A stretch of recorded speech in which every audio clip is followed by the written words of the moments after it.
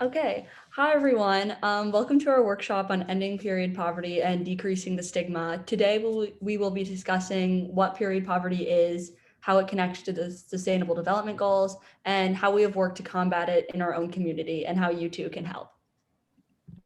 So before we begin, we will share a little bit more information about ourselves so you all have an idea of who we are and why we care so much about this issue. My name is Katherine. Like Kate and Nathaniel, I attend John Burroughs School. I am a co-leader of our school's MUN Impact Club as well as the Gender Equity Organization. Over my years at Burroughs, I have participated in 6 MUN conferences, and during COVID-19, I have acted as a mentor for MUN at Home. My name is Kate Smith. I'm also a leader of our school's gender equity organization, and I was a presenter of this same initiative at the UN for MUN Youth Summit in April of 2019. And my name is Nathaniel Doty. I'm a leader of the JBS MUN Impact Club, a 10-time MUN participant, a 2-time MUN at Home mentor, and Kate's co-presenter at last year's UN for MUN Youth Summit. As we said, we are the leaders of the Gender Equity Organization, aka GEO, and the MUN Impact Club at our school. GEO is one of our school's many diversity clubs, which aim to educate the student body on issues of diversity and, in our case, gender equity. GEO works to promote feminism in our community and educate about prevalent gender issues, including period poverty. The MUN Impact Club is one of our school's service clubs and works to promote awareness of and action in support of the Sustainable Development Goals. With support and inspiration from the international MUN Impact community, we host drives to help local organizations, put on events, and bring in speakers to educate our peers on the SDGs. Today's presentation will run as follows. First, we will discuss the basic information about period poverty, the stigma surrounding it, and the Sustainable Development Goals it relates to. Then we will dive into our menstrual products drive, how it was created, and who it helps. After that, we will finish up with some tips about how you can make an impact. At the end of the presentation, there will be time to ask any questions you may have. Finally, if time allows, we will pose questions to you for further discussion so you can begin brainstorming ways you can make an impact. We hope you enjoy and learn a lot. Before we begin, as a disclaimer, when we talk about women in this presentation, we are talking about all those who menstruate, including trans men and non-binary folks. It is important to include their stories and all the different experiences women have with menstruation to understand the issue. Without further ado, let's discuss the basics. Raise your hand in the participants box if you know what period poverty is other than the basic definition on the screen. And I'll be honest, I didn't either until I started this work on this project. So period poverty is the circumstance of being unable to afford or access necessary and vital menstrual hygiene products. To put it simply, menstrual hygiene products are expensive. Many women simply cannot prioritize menstrual products over food, childcare, and other common necessities many take for granted. Lack of access to tampons, pads, and other period supplies can be dangerous and humiliating, preventing women around the world from living full and healthy lives. Periods simply cannot be left unaddressed. When women do not have access to the necessary products for their periods, they often must use dirty and unsafe alternatives like toilet paper, dish rags, newspapers, and even socks.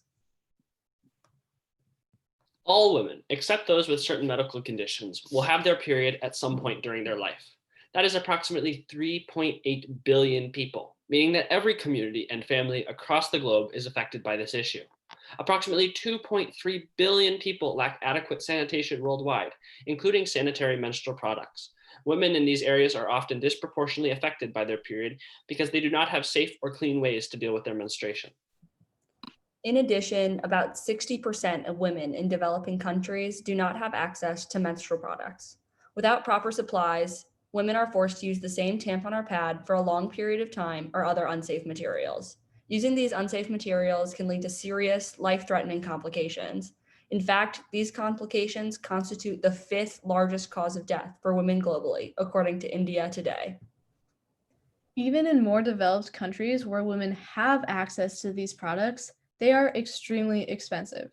On average, it costs $18,000 for period supplies over a lifetime, an amount which could be used to buy a small car. As we have said before, this is a huge burden on women. For many, it is an extra expense they don't have the means to pay for, especially when compared to food, water, electricity, or even rent for their homes. In addition to paying extra for necessities or simply not having access to these products, all women have to deal with the stigma surrounding periods. Many societies consider menstruation a sign of weakness or impurity, making many wrongly believe women are not fit for certain jobs or responsibilities. Now, let's take a look at a few specific examples of how period poverty and period stigma manifest themselves in the modern world.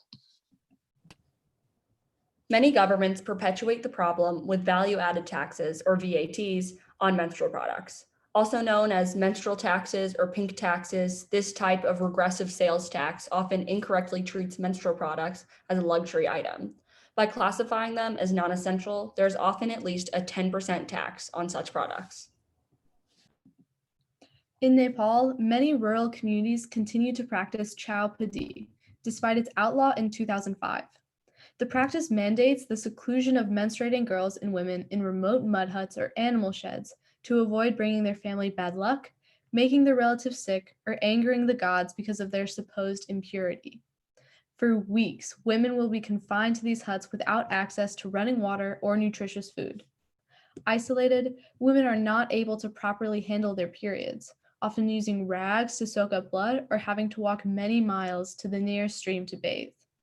The practice of chowpadi forces girls and women into dangerous situations, and at least one woman or girl dies each year because of this. It also reinforces the idea that menstruation makes women polluted or toxic. In Ethiopia, some schools only have one bathroom for all students with very little privacy, as pictured here in the Girar Jarso community. Because of this, girls often stay home from school while on their period because they do not feel comfortable. Sometimes, when girls miss large amounts of school because of their periods, they are forced to drop out. This puts them at risk of child marriage or getting pregnant at a younger age, impacting their chances to fulfill their potential. And folks, can I interrupt you for just a second? I'm so sorry to do this. Gustavo, can you hear me? Gustavo is a presenter in another you're a presenter in another workshop. You need to look at your email and there'll be a new link for you to go to that workshop, okay? Sorry, for another workshop? Yeah, so you're a presenter in another workshop that's in another room. So if you read your email or look at this chat, there'll be a link for you for that session, okay? Yeah, great. If you put it in Thank this chat, you. it would be great. Thank you. Thank you. Sorry, folks, continue, please. Okay. As of 2014, 42 million women and girls live under the poverty line in the United States. It is safe to assume that that number has only grown in recent years. When women live under the poverty line or face homelessness, they do not have the means to deal with their periods in a safe and sanitary way. The US's high luxury tax only adds to this burden. Overall, 1/5 of American girls are often not able to find or purchase menstrual products. Similarly, 1/4 of female or menstruating students have missed school due to their periods. And while some states have passed bills requiring schools to provide menstrual products, they have provided no way of funding this initiative, leaving schools and American girls stranded. In Uganda, coronavirus has exacerbated already existing obstacles for women in healthcare positions. At the moment, menstrual products are difficult to obtain, leading many medical workers to call for their classification as essential personal protective equipment, or PPE. With their current lack of supply, Ugandan healthcare workers are put at risk of rash or infection due to usage of non-sanitary methods to absorb blood flow. All of this can be changed. All of this must be changed. It's not an easy process, but it must be done to ensure equity for every citizen of this planet. One of the first ways to combat period poverty is to reduce or even end the stigma surrounding menstruation and period products. The stigma in the United States is not as severe as elsewhere in the world, but it certainly is still present. Raise your hand in the participants box if you feel or ever have felt uncomfortable discussing periods, pads, or tampons. Often, schools, communities, or organizations do not discuss periods because they are viewed as dirty or unclean. However, it is a natural biological process that should be taught to everyone, including boys and men. We must stop stigmatizing periods. Period. While period poverty certainly affects women's health, it also has a broader impact on the community in which they live. Without proper supplies, it is nearly impossible to go anywhere or do anything. This means that girls often have to skip school or drop out altogether. This harms their chances in the future of entering university or being hired for a high-paying job. Women are forced to stop going to work during the week of their period, putting them at risk of termination. Then they would not be able to provide for themselves or their families. Period poverty doesn't just affect women and girls. It affects their families, their local communities, and their community's infrastructure. Period poverty and the fight against it is related to 7 of the 17 Sustainable Development Goals. Fighting against period poverty brings us closer to achieving all of these goals. The first goal is Goal 1, ending poverty. Period poverty is directly related to targets 1.2, 1.5, and 1A. Ending period poverty reduces the number of women and girls affected by dimensions of poverty, builds their resilience to social disasters, and strives to ensure significant mobilization of menstrual products from a variety of sources, which is exactly what these targets call for. The next is Goal 3, good health and well-being. Combating period poverty supports universal access to sexual and reproductive healthcare services, target 3.7. It also works towards achieving universal health coverage, access to quality healthcare services, and access to safe, effective, high quality, and affordable essential medicines. Ending period poverty is directly related to supporting quality education, which is Goal 4. With greater access to menstrual products and less stigma surrounding the issue, girls will feel more comfortable attending school while on their period. It works toward target 4.5, eliminating gender disparities in education and ensuring equal access of all levels of education for the vulnerable. It also works toward target 4.A, building and upgrading education facilities that are child, disability, and gender sensitive and provide safe, nonviolent, including and effective learning environments for all. Next is Goal 5, gender equality. This one's pretty simple. Ending period poverty eliminates one form of artificial discrimination, which creates many different barriers impeding the progress of women and girls, as called for by Target 5.1. It also ensures universal access to sexual and reproductive healthcare and rights, as called for by Target 5.6. Goal 6 for clean water and sanitation is also a critical element of addressing period poverty. By achieving Target 6.1 to achieve safe drinking water for all, we prevent exacerbating the adverse health effects of period poverty on women. And by achieving Target 6.2, 6A, and 6B, which together promote access to sanitation for all people, we ensure that women have the sanitary environment necessary to safely address their periods. Period poverty affects decent work and economic growth, Goal 8. When women are not able to work while on their period, it affects not only their own economic status, but also the economic growth of their community. Therefore, ending period poverty promotes achieving full and productive employment and decent work for all women and men and equal pay of work for equal value, target 8.5. It also protects labor rights and promotes safe and secure working environments for all workers, including migrant workers, particularly female migrants, and those in precarious employment, as per Target 8.8. Finally, period poverty is related to Goal 10, reduced inequalities. This goal works to end inequalities in political and economic organizations. Therefore, by helping women feel comfortable and able to be more active in these areas, combating period poverty promotes empowering and promoting the social, economic, and political inclusion of all, irrespective of age, sex, disability, race, ethnicity, origin, religion, or economic or other status, which is Target 10.2. It also ensures equal opportunity, Target 10.3. We know that was a lot of information all at once, but all of this is to say the future of women is and always will be linked to the future of humanity. Therefore, as long as period poverty and any other form of gender-based discrimination is present, artificial or otherwise, it is our responsibility to work to end it. However, there is hope. There have already been enormous strides made by governments and organizations around the world. For example, in December of 2019, Rwanda removed their VAT on menstrual products after the government saw an increase in school absences and dropouts among women, as 18% of women and girls could not afford products. India eliminated its 12% tax on menstrual products after lobbying by advocacy groups, and Germany reduced its 18% tax to a 7% tax in January of 2020. Additionally, this map shows nations where there is no VAT on menstrual products. In the US, the organization Period has served over 1 million periods with distribution centers in all 50 states and 40 countries. Dignity Period is an organization in Ethiopia working to educate girls about their periods, break the stigma that surrounds menstruation, and provide menstrual products to girls in the community. They aim to prevent girls from dropping out of school due to their periods.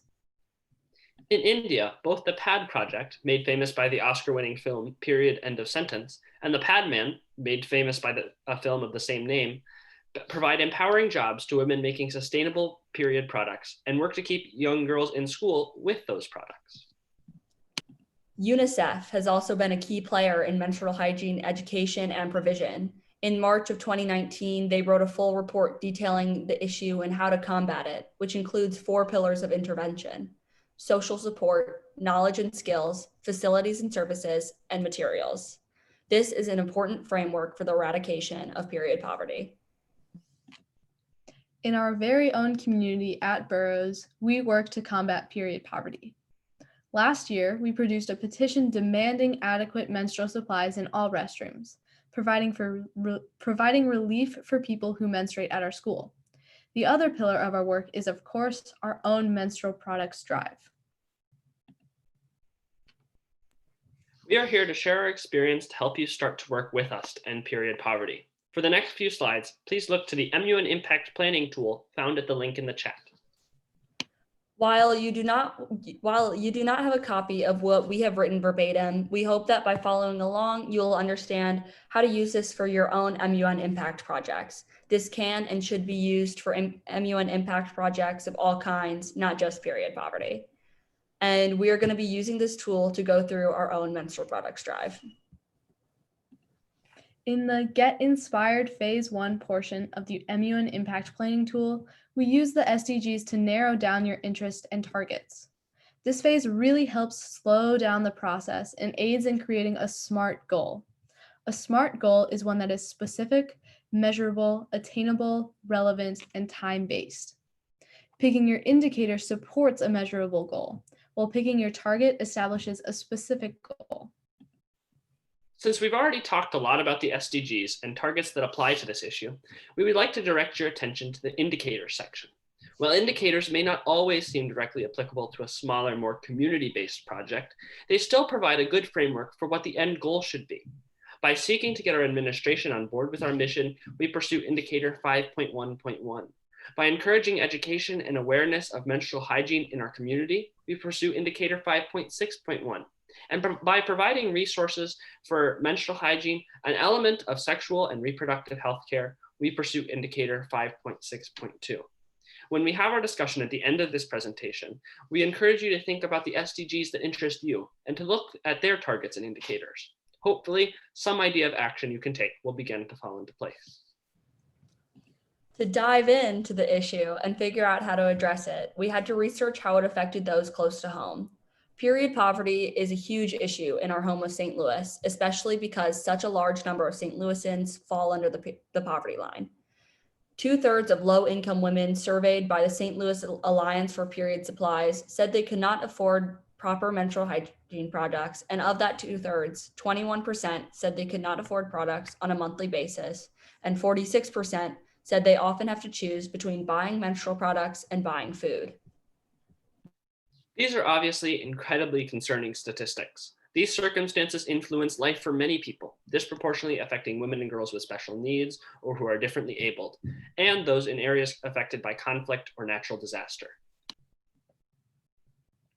With these statistics in mind, past leaders of GEO created the Menstrual Products Drive, colloquially known as the Tampon Drive, in 2016 to make their impact. Current leaders of GEO carry out this drive annually, with the exception of spring 2020 due to COVID-19. In 2019, our drive lasted for about 4 weeks, ending at the beginning of our spring break vacation. This year, we currently have a drive going on right now in the month of October. The main purpose of these drives is to expose the borough's community to the issue of period poverty, as well as provide for its remedy through action. The drive is also meant to normalize talking about periods in public through an educational setting. While these are our broad goals, we will dive into our specific aims in the next slide.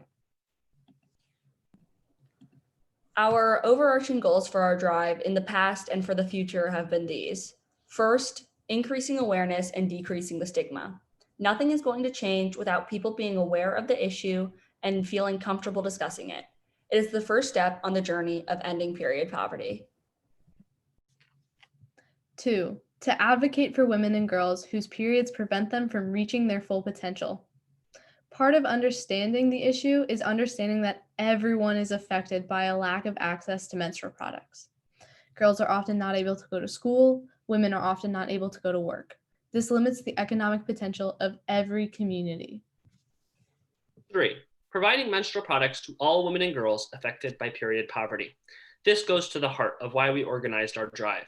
While it is only a temporary solution, it helps hundreds of women in our community. Women and girls need period supplies, and we had the means to donate them. With continued efforts and international cooperation, we can help ensure menstrual products for all women and girls across the globe. This brings us to our next goal. Lastly, searching for long-term sustainable solutions, including sustainable menstrual products. While it is currently not feasible to send women across the globe sustainable menstrual products, that will continue to be our goal. In order to keep our planet healthy and safe, we always need to be thinking about sustainability, and solutions to period poverty are no different. To achieve these goals, we first had to spread awareness and educate the borough's community on the issue of period poverty. So we continuously made announcements about the drive during our morning assemblies and put up flyers around the school, promoting donation and providing additional educational content.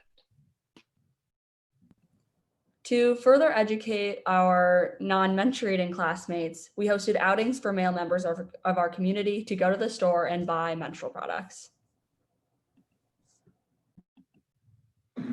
This one is Super Plus. Oh, this one's regular. What does it mean, Super? No, it's all right. What is the difference between a tampon and a pad? Okay, a pad where on the outside. Okay, and then When you have your period. Okay. A tampon you insert okay. into the Yes. vagina. Okay. Thank you very much. Thank you. How does it feel to be buying tampons as a guy? Uncomfortable. Are the Super Plus like higher quality? No, it's absorbency rate. Well, it's What? like Oh wait, question. Right here, when it says like grams, what does that mean? like the amount of blood it'll absorb. Okay. I wonder if there's a structural difference between the pearl, the radiant, or if they just like making the different colored boxes. Yeah, why would you need a resealable wrapper? Why do you think tampons are so expensive? Well, because this is an inelastic good and it's a need, not a want, and the prices fluctuate because people know that they're going to buy them. You guys think the tampon should be free? It's a necessity for all women, and it just shouldn't have a price tag. Like, it's a necessity. While it was pretty funny to see their reactions to buying tampons and pads, it also served a more important purpose. It showed that many men know very little about periods and how women deal with them, and they were especially surprised by their price. It was also a way to erase some of the discomfort people can feel when buying period products. While awareness is very important, we also wanted to make sure the borough's community was taking an active role in combating the issue. Throughout the years, we've partnered with local organizations such as the Women's Safe House, Safe Connections, and the St. Louis Alliance for Period Supplies. We most recently supported the Women's Safe House, a shelter for victims of domestic abuse, in 2019. After a month of collection, we sent all of our donated products there. This year, during our drive this month, we are currently donating to the St. Louis Alliance for Period Supplies. During 2019's drive, we collected about 5,000 3,000 menstrual products, an amount the organization said would last them for at least a year. We took our project to Qatar in January, where it won second place at the Global Act with Impact Awards, and to New York City, where it was presented at the United Nations as part of the UN for MUN Youth Summit. By the way, can you spot the MUNers in the third picture? We got the pleasure of meeting Mr. Villanueva of Best Delegate and Miss Martin of MUN Impact. As mentioned before, to make up for our missed drive in the spring of 2020, we decided to host one for the month of October, which is an ongoing effort. So far, we have amassed 2,000 supplies intended for the St. Louis Alliance for Period Supplies. So now that you have learned about our initiative, it is time to look at what you can do, ranging from simple discussions to full-on activism. The first step, as we have mentioned, is awareness. We cannot stress this enough. It is extremely important. According to a study by Rutgers University, only about 13% of girls in India are aware of menstruation before their first period, and 75% do not know what materials to use to absorb the flow of their periods. In order for substantial change to occur, there must be alterations to the conversation around periods in schools, in families, and in communities as a whole. Posting information on social media, putting up posters with valuable information, and talking to friends and family about menstruation, even if it's uncomfortable, are good ways to spread awareness and start the conversation of change. Even after awareness is spread, a societal stigma around periods and menstruation will likely still exist. In many parts of the world, women are seen as unclean and impure while on their periods, sometimes resulting in dangerous situations for them. Additionally, in other parts of the world where danger is not as prevalent, embarrassment and humiliation certainly are. Boys and men are also typically excluded from conversations surrounding menstruation, which creates a culture of ignorance about women's bodily functions, which results in a conclusion of dirtiness, which is then perpetuated by society. Everyone must be educated about menstruation, whether they menstruate or not. Whether that's mandatory education in schools or talking to your peers one-on-one, it's essential for us to begin talking about and dismantling period stigma. The last step to creating change is more concrete action. Here is a non-exhaustive list of examples. First is donation. Gather menstrual supplies in your own community, as we did with our tampon drive, and send them to a local or international organization for distribution. Ways to make it fun include videos and competitions. Then activism. Your voice can be extremely powerful. Again, spreading awareness about the issue, or for any issue for that matter, is impactful in itself. Speak to school officials, write or call your elected officials, and most importantly, vote. Voting is one of the simplest and most effective ways to create change. Lastly, service in your community is important and directly impactful. Volunteer in a local organization that supports people affected by period poverty. Doing these things will advance the goal of totally eliminating period poverty and fulfilling the Sustainable Development Goals.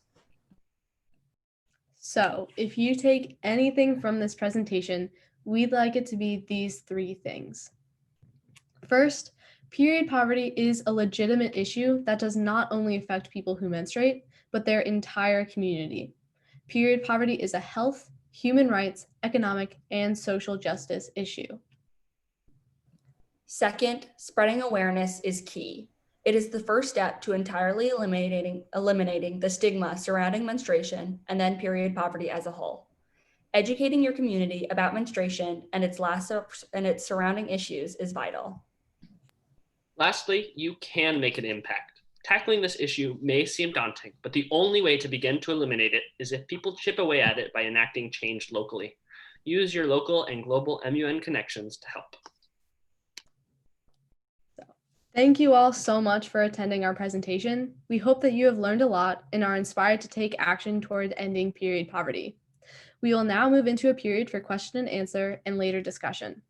If you have any questions after the program is over, or if you want help starting your own initiative, please feel free to reach out to any one of us, as we are always happy to share more information about this issue and our drive. Also, please look up our organization on social media at JBS MUN Impact and at jbs.go to follow along with our future campaigns.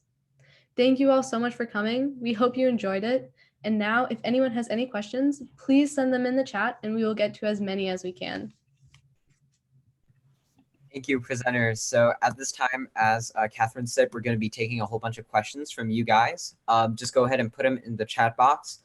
And also, I've already linked the presenter social media for your organization, JBS Mon Impact. It's right up in the chat if you'll scroll up.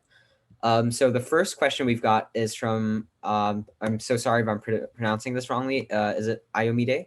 Or is it Ayomide? And if so, they ask, what does the beginning of a conversation on periods look like, especially targeting younger students?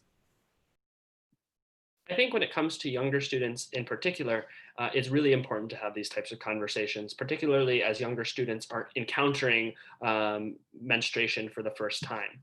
I think the first thing you can do is sort of lead by example. Don't be if you have a period, don't be ashamed of it, and if you don't have a period, stand up for those if they're being bullied for having their periods.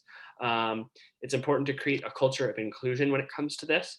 And ultimately comes down to having a culture that is not stigmatized on this front.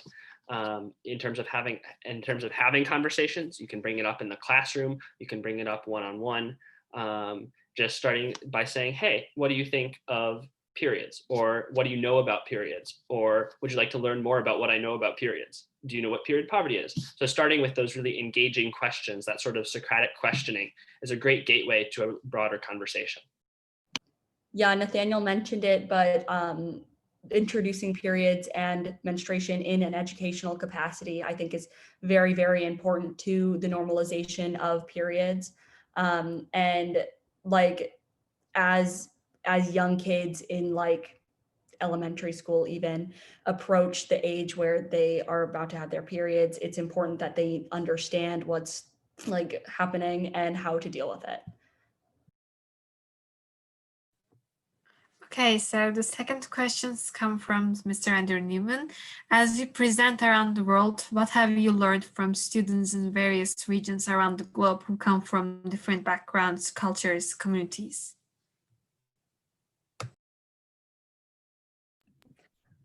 I think on the whole, what we've really learned is that period poverty and its issues are different around the world, but we all have a similar experience where we face stigma about it, and we all really want to overcome that. In some areas, it's harder than others. And so in those areas, it really is just about starting those discussions within your family and trying to grow from there, maybe talking to your friends as well.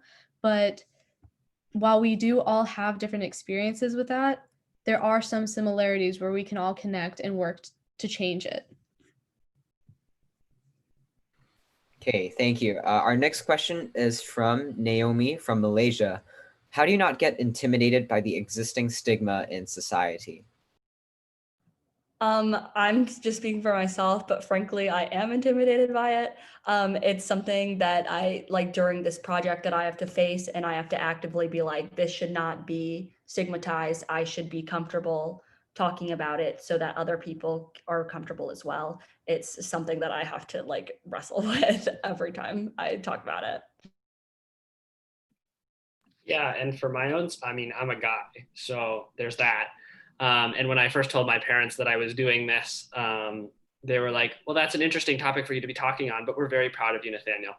But I think that I've sort of come to grips with it by just being unabashedly proud of this work and what we're doing, and sort of having the confidence in what we're doing is the right thing to do. So period stigma is hard to overcome, but in the long run, the benefits of us addressing this now while we still can is so much more worth it. And for me personally, I always just go back to the idea that every woman faces this issue. And so although we may feel alone by the stigma that is perpetuated in society, at the end of the day, we're not, and we have to hold on to that idea. And so that's really how I am able to keep talking to different people about this and all of that. So yeah.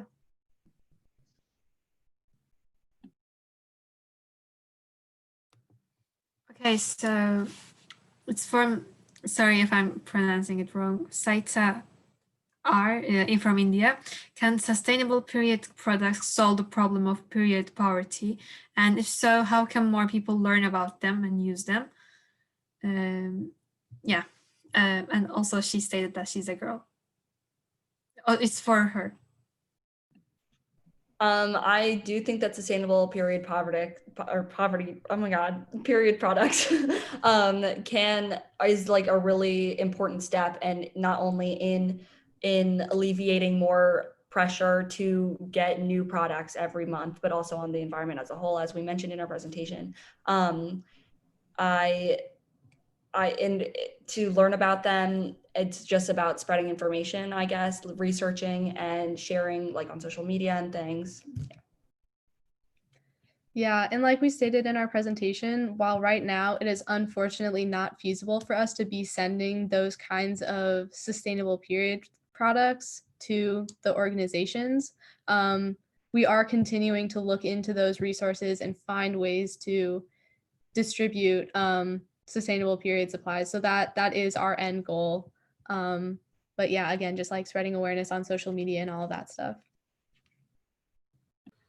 Okay, next question is from Dhruv from India. How is one supposed to express support when even their female peers refuse to talk about periods with males?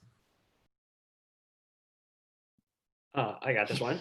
Well, one, I think that if there's any romantic relationships, not to be too taboo here, but if there's any romantic relationships, talking about it within relationships is a good key step, because that's direct interaction between someone who has a period and someone who doesn't have a period in a heteronormative relationship, if that's the case. I think that someone's just got to start it. It's going to be hard from the beginning. This work is hard at times. But someone's just got to start it, and you can be that person. You've been here and you've learned some of these tools. And if you talk to one friend and say, hey, can you be my accountability partner, my battle buddy in this regard, and help me, spread the message, spread the word on what period poverty is and why it's so important that we address this issue. That's a good start. But it is going to be hard, admittedly, and we're here to support you in that. And your friends will be there to support you, I'm sure, if they're your real friends. So yeah. Also, conversations are not just important between, I'll say, period havers and not period havers. They're also important between not period havers and fellow not period havers. It's important to, and it doesn't have to be a direct conversation like, hey, let's talk about periods, but like if there's a clear informational gap that you think you can like maybe fill in a respectful way, then of course having that conversation with them, like talking about what it is, or if they seem uncomfortable with the topic, like maybe just having a quick conversation about that. And I would say always come from the perspective that you want to learn more. Again, both Nathaniel and Kate have mentioned this, but like just be respectful, try to educate yourself more so that you can be more aware and more understanding of other people as well in that situation. And so I think that's just a good way to kind of start that conversation. But yeah. Hi guys, sorry for interrupting you. I was wondering if you could share your screen again just to take a screenshot. I'm sorry for the lateness. Just to take a screenshot, if you can share your screen again, please. If it is not allowed, thank you.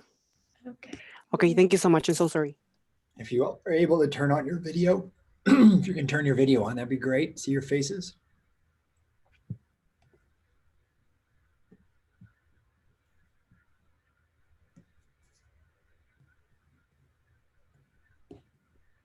Great. Wait me a bit, taking screenshots. Yes, smile, thank you. Okay, now can you please stop, and I will take like in the speaker, I will see like the complete video. Yeah, thank you for the great view. The screenshot, thank you. Please give me the best email you have.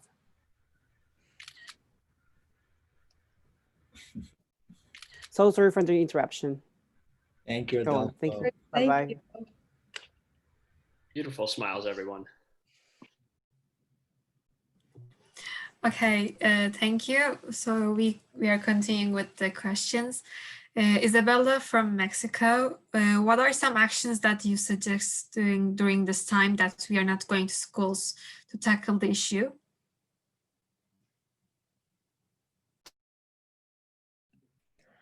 So I would say, I don't know what the exact situation for your school is, if you're doing online school or anything like that. But a great way is I know that for personally our school, we have assembly every morning, and I know that a lot of schools may have assemblies sporadically throughout the year. And so a great way to do that, even virtually, is just to make announcements about period poverty. Begin with sharing some of the statistics, some of the background information with your school community through those large forums. And also another way, if you wanted to start maybe smaller, is just to create a group of your friends in your school community to come together over a meeting and stuff like that, just to begin talking about it. Again, starting with the facts and basic information and expanding from there. But yeah. And I think also you can open up your social media to DMs from people or messages from people who may not feel as comfortable in the current environment to go out and expose themselves to COVID, to go get them period supplies. You can also start a neighborhood collection, knock on doors, put flyers under their doors and saying, here's what we're doing. We'll come by and pick it up from your doorstep when you want. So those are plenty of ways to collect period supplies, to support people who don't feel comfortable or safe in the current environment. It's important to remember that this issue is exacerbated by COVID. And so the need is more important now than ever, with cases of domestic violence on the rise and that sort of thing. So the need is definitely there, and there's plenty of ways you can do something. Another thing to consider might be a virtual fundraiser kind of thing, like if encouraging people who have the means to donate to an organization, local or otherwise, that benefits those who are affected by period poverty, like Nathaniel said, especially in like right now, everything's exacerbated. Okay, thank you. Our next question is from Hannah K in the US. How can we make a lasting impact on period poverty? Since there are so many people affected and this has been an issue for a long time, will hygiene product drives actually be a long-term solution? Or is it about abolishing laws like the tampon tax, etc., and also making sure that the stigma around periods is gone? Well, you could just about give the presentation there. That's exactly what what we're trying to say. What we're doing is not a long-term solution by any means. The fact of the matter is, in an ideal world, period products are free for everyone because it is a necessity. Along those lines, abolishing the tampon tax, 1,000% yes. And ending the stigma is really what's going to make a difference here. The message we're trying to spread is along those lines, is we need the larger, more systematic change. And to some degree, I think that's what a lot of presentations here are about, is we're making our small impact in the way that we can. But what matters at the end of the day is that governments work to achieve the SDGs at their level. As we see it, it's basically we're just trying to chip away like one by one, like starting local, even as local as our own school community. We hope to then take it to the next level and the next level and the next level. And hopefully, like eventually, like things will work out in our favor. And along with period product drives and stuff like that, you can always begin advocating and contacting, especially for you, Hannah, since you do live in the US, you can begin contacting your local, state, or government or larger government officials and beginning to talk to them about this issue and trying to push that idea that these value-added tax, tampon taxes, pink taxes should be taken away to create that longer lasting change. But yeah.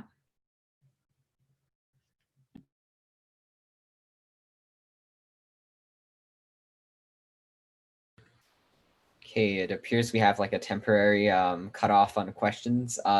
Guys, if y'all have any questions, definitely drop them in the chat box. We'd love to hear from you guys. So maybe we'll just wait a couple seconds. Yeah. And also, if there are no of your questions for us to answer, we can also start asking you guys questions about ways that you might want to start things in your own communities, just to start some discussion, if you all want to. But yeah, but of course, keep putting questions into the chat if you come up with any, but we can start those discussions.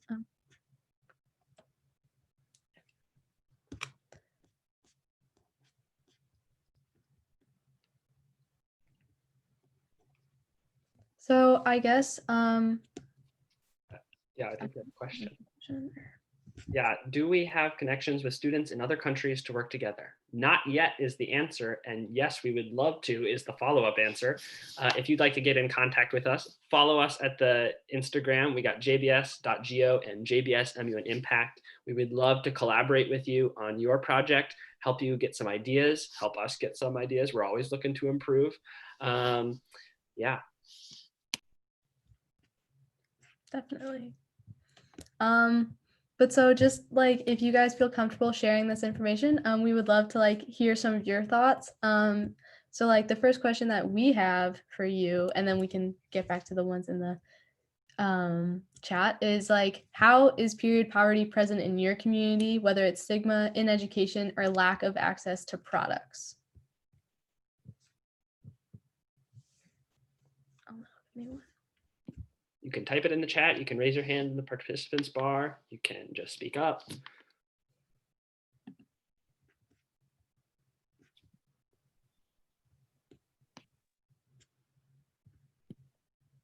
Shake. Feel free. Hey, that's me. Yeah, so well, in my community, as I live in Pakistan and it is a Muslim state, like in my community, we feel ashamed of talking about periods, due to which many females couldn't get over it. It's like very shameful to talk about it, and there's no such awareness about it. And also many females have problem with it, as they don't get proper education on it, and it's basically lack of awareness and lack of education in here. So yeah, although the products are present in here, but it's like costly, and it's never free. So yeah. For sure, for sure. And I think that as you rightly recognize, awareness is really important, especially in bringing the cost down. If consumers demand Exactly. the costs come down, then they will come down. But yeah, I think everyone in every country is on a different in a different spot on the issue, but there are definitely some commonalities, as you recognize, in terms of we try and deal with lack of awareness. It appears that lack of awareness is an issue in Pakistan. Yeah. Yeah, perhaps to kind of jump off of that, or actually, you know what, Hannah can go ahead. She just dropped something in the chat box. Oh yeah, I was just gonna say that homelessness is present basically almost everywhere. So that's one area where period poverty is present in my community.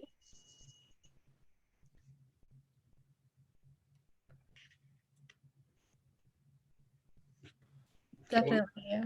Those groups of people are definitely those affected most by this, because in those situations they are trying to prioritize more like, where will they be getting their next meal, like how will they begin supporting themselves, maybe to come to re-enter society, kind of get into jobs, get into housing, all of that stuff. And so period supplies and menstrual hygiene just are the farthest things from their minds in that situation. And so that is definitely a big area where those issues are most prevalent.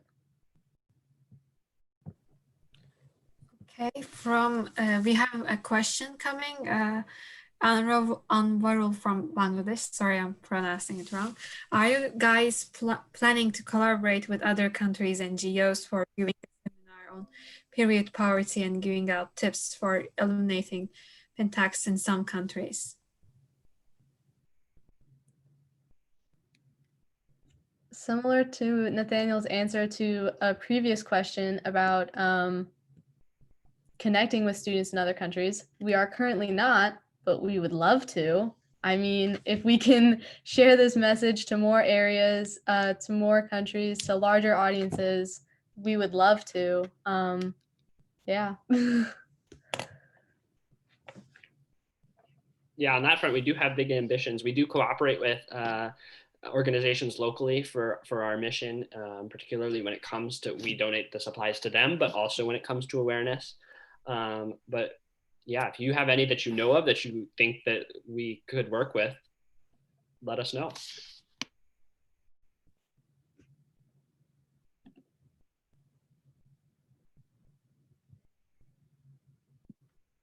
Isabella from Monterrey, Mexico says that they have a lot of issues regarding period stigma and lack of education, but there's also a lack of resources for people that can't afford it. Yep.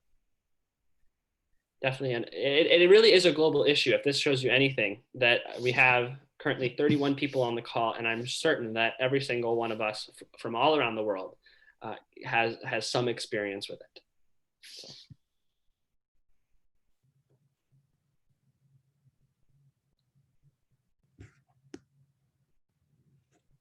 So Dr. K asked a question about, are you aware of what has helped to eliminate pink taxes in certain countries, particular arguments, organizations, etc.?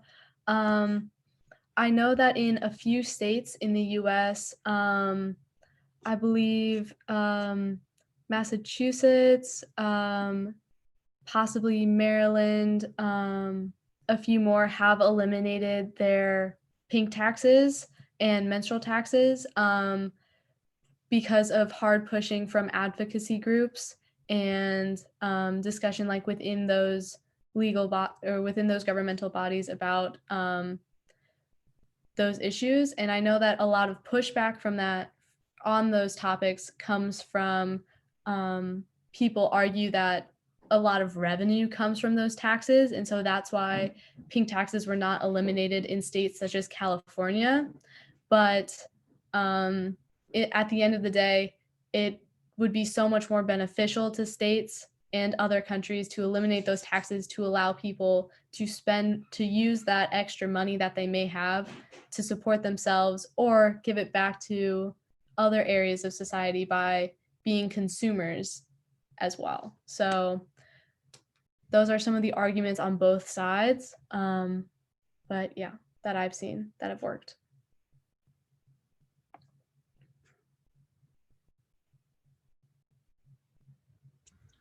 Time for one more question.